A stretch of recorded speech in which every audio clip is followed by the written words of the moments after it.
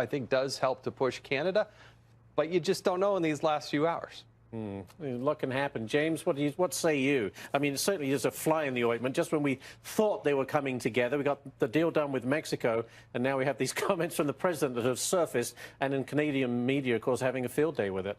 Yeah, I think politicians, really anybody in a negotiation, you need to go back and show your team that you got something done. Yes. You can't go home and say we just got run over. But I think there is an obvious win-win here, and that is that Canada allows a little easier time for U.S. dairy products coming in. Okay. And Mr. Trump says, yes, we'll keep that dispute resolution process that Canada likes because, look, if he gets the trade deal he wants, he doesn't need to keep putting tariffs on. He's told us all along these tariffs are to force the deal that he wants. Once he gets it, let them have that resolution process, which limits the ability of any of these countries to put in new tariffs. But, James, is it almost like dealing with the Chinese? In order to be able to find a deal, you have to save face for your opposition as well. Something that Trudeau can go back to the Canadian public and say, look, we did win. We got this. Right. I mean, you might say even more than the Chinese, because obviously we have a congressional election in a few months, and Mr. Trudeau has an election next year. So yes, this needs to be something you can sell to the public. But I think the Canadians also should realize that a lot has been done already in this treaty that they wanted. Some of it I wouldn't want, you might not want, but it's not like Canada got nothing in this deal. Right. They backed a lot of the changes that are now part of it on the auto side. They should come to the table and sign off.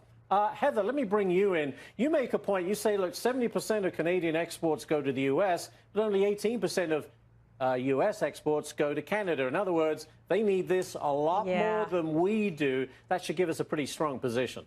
It sure does, but at the end of the day, we both need each other. I think it's important. Congress wants a trilateral deal between U.S., Mexico, and Canada, and they, in the end, ultimately have congressional authority, not just the president. And you're right, Canada has just as much or more to lose than we do in this deal. And if the point of contention is over having a quick arbitration process, I think that can be solved. However, if it's over spilled milk, meaning dairy penalties and tariffs, or in your case, Ashley, the UK would say spilt milk. Yes, thank you. Then I'm not sure that a trade war should ensue just over that type. I would say, you know, concessions need to be made in that case. And let's follow up, Heather, with the bigger picture here. Ultimately, we can get a deal done with Mexico and Canada, get something done with the EU. All eyes then focus on China.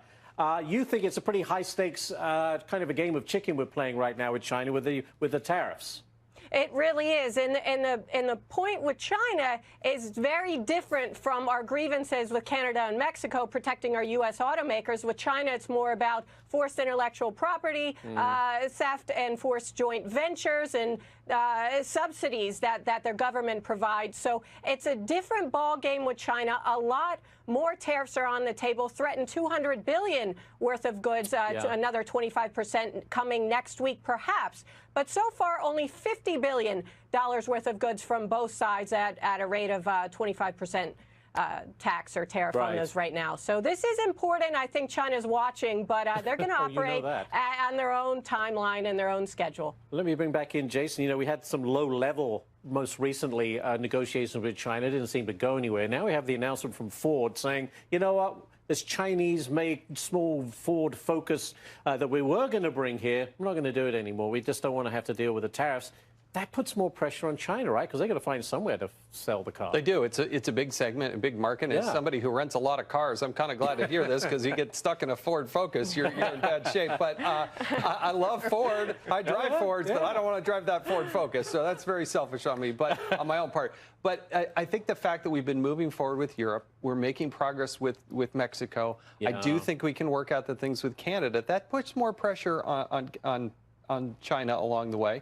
But also there are a lot of other Asian countries that I think, you know, our relationship with South Korea and the automaking that goes on there, this all plays into it, and it does play into the North Korean politics of what's going on in our ability to make sure that we've got strong sanctions against North Korea. Do you like the way the president, Jason, has gone about this? Yeah, he's taken a very tough stance, unconventional. I think he's got a little bit of, you just don't know exactly where he's going to go to him. And I think that's great in negotiation, but he has the power of the U.S. market to back it up. I think they know that he's serious about this and just about crazy enough to actually implement these tariffs that scares the other side into actually striking a deal. That's a good point, James, because, you know, China, you feel like you're going to blink first.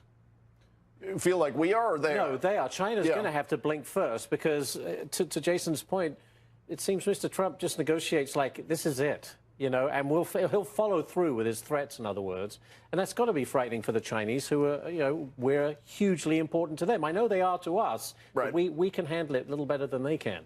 Well, I think certainly frightening to them is the idea that we resolve this North American dispute. We resolve Europe, takes a little longer. But once it's the entire world saying, China, you've got to change, that is a situation they don't want to be in. And I think we really encouraging Hank Greenberg, insurance company executive, probably has done business in China more than anyone, writing in our paper the other day that Chinese leaders understand they have to change. Now, we haven't heard that so much from these negotiations. Doesn't always happen quickly. But so I don't think by today, like with the Canada thing, we're getting that done. No. But I think that's a situation where there would be a successful negotiation. Very good. Heather, Heather, very Jason, quickly. Yeah, go ahead. Okay. 10 what seconds. kind of car do you drive, Jason, if you're not driving a Ford? Oh, I like the Explorer. We have one of those. I drove an F-150 for a long time, but that little Focus now. If you say Mercedes or BMW or Porsche, you might be in some trouble or some heat from the viewers. Heather. And I. He lives out west. He's out Utah boy. Porsche, I'm pretty. Yes, sir. Yes, that sounds good. I have to leave it right there. Does he have a BMW? No, he doesn't. All right. James, Jason, and Heather, thank you very much. Appreciate it. You know, his incredible experience that he had as a POW, and I think it was that experience more than anything that gave him a vocational-like calling to serve America. And I think it fueled his intensity, the passion that we saw. It fueled his sense of irreverence and impatience that he had with people or with issues. And it certainly gave him a huge amount of energy. And I think it helped define John McCain's currency, which I simply say was to get it right for America, to get it right for America. And it drove him day in and day out. And I think certainly his place in terms of national security, foreign policy, and defense is really where he made his mark. And you know, he challenged our adversaries, Ashley, but he also challenged our presidents. I mean, he went right after Republican President George Bush because the war in Iraq was failing, and he wanted to see more troops there. He eventually got that request when the president finally changed his strategy. He criticized President Obama for leaving Iraq prematurely and ending it, not on our terms, and also for not doing enough in Afghanistan and Libya. And finally, he criticized both President Obama and President Trump for not having an adequate strategy to deal with Syria. A term that was used for him a lot, General, was maverick, and I think he wore that as a badge of honor, really. He really did see himself as a maverick. He wasn't always politically expedient. He always spoke his mind, and as you say, he did have impatience at times, a temper. But I was lucky enough to interview him several times when I lived in Arizona, and I always found his wit. He has a tremendous sense of humor, and he was very self-effacing about it. Oh, yeah. I think that really has to do with the charm and why people, he has such likability. And, you know, one of the things he never did is he never let go of the mistakes he made. You know, most people want to put him away in a special compartment someplace, never to bring him out. But, you know, he would bring them out. He would talk about them openly, personal and professional mistakes. And he would use it because it helped him in his life. And I think he had great compassion for people who had also made mistakes, and he had great compassion for people who were suffering around the world. He felt that the United States was the indispensable leader in the world that could truly make a difference, promoting stability, security, and also prosperity. And the downtrodden is something he had great passion for. He certainly did. I think towards, and maybe you can speak to this, General, towards the end of his service, I don't think he liked the political climate that we find ourselves in, the divisiveness. It's okay to disagree, but there's a point at which you have to understand that you're serving people and you have to come to some sort of agreement. And I think he certainly appeared to me to be very frustrated with the political climate right now. Yeah, well, his last speech that he made in the Senate when he came back, from his cancer operation, was all about that. He was really wire brushing his colleagues and saying, listen, the path we're on is absolute failure. We've got to come to grips with what we're doing. Even though the partisanship was certainly pronounced, the last three defense bills that Senator McCain sponsored, the vote in the Senate, FY17, FY18, and FY19, he got 85 yes votes out of 100 senators at a minimum. One was also 87, the other was 89. No other piece of legislation